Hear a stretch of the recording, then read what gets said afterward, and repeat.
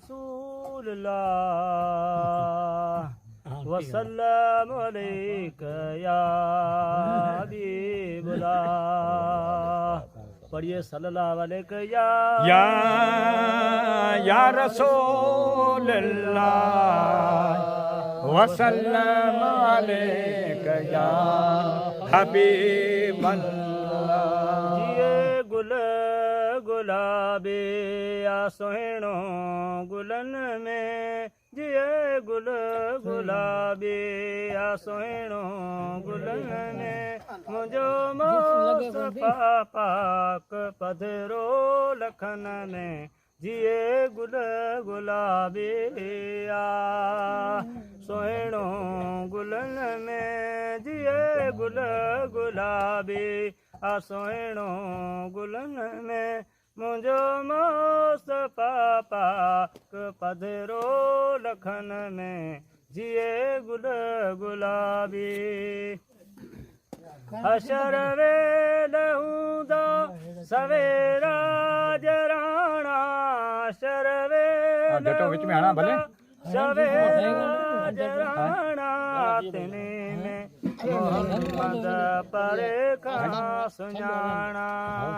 ہندس چوٹ کارے جو جھنڈو ہتن میں ہندس چوٹ کارے جو جھنڈو ہتن میں مجھو مصطفیٰ پاک پدھرو لکھن میں جیے گل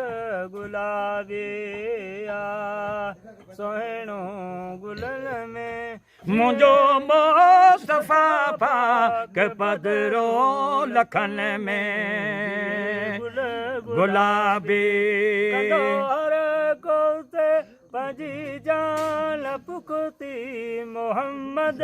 جے من میں یا امتی یا امتی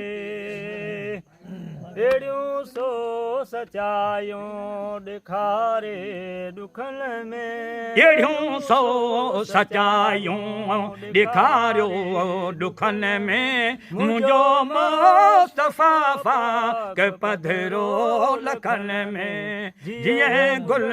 گلابی جے سوہنوں گلن میں مجھو مصطفیٰ پاک پدھرو لکھن میں گل گلابی ڈولائے دکھن جیپ پرواہ بنائے ڈولائے دکھن جی کو پرواہ نائے جزا مل آئے بھی دو سراسر صفن میں اچی پان بھی دو سراسر صفن میں مجھو مصطفیٰ پاک پدھرو لکھن میں جیے گل گلابی جے سوہنوں چمن میں مجھو مصطفیٰ پاک پدھرو لکھن میں غلام نبی شکر کرے تو سالے صفادار ملیو شکر کرے تو سالے صفادار ملیو دار ملیو غلام نبی چے خوشی ہر حسن میں غلامی نبی جے خوشی ور وطن میں مصطفیٰ پاک پدھرو لکھن میں جیے گل گلابی جے سوہنو چمن میں مجھو گل گلابی جے سوہنا چمن میں مجھو مصطفیٰ پاک پدھرو لکھن میں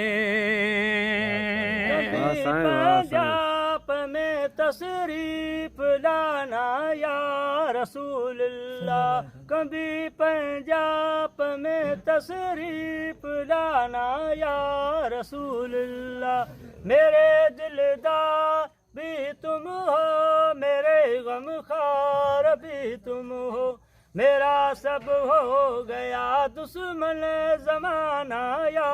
رسول اللہ دو عالم کے صفی آقا مدینے کے مکی آقا مجھے اپنے مدینے میں بلا لو یا رسول اللہ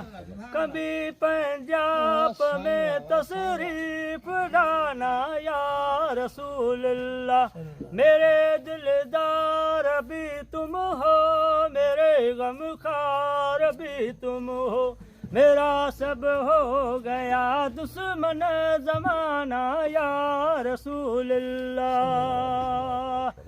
دو عالم کے صفی آقا مدینے کے مکی آقا مجھے اپنے مدینے میں بلا لو یا رسول اللہ پڑا ہوں قید خانے میں نہیں مقصد آنے کا مجھے اس قید خانے سے چھڑا لو یا رسول اللہ میرے دلدار بھی تم ہو میرے غم خار بھی تم ہو میرا سب ہو گیا دشمن زمانہ یا رسول اللہ دو عالم کے صفی آقا مدینے کے مکی آقا مجھے اپنے مدینے میں بلا لو یا رسول اللہ واہ سائیں واہ واہ سائیں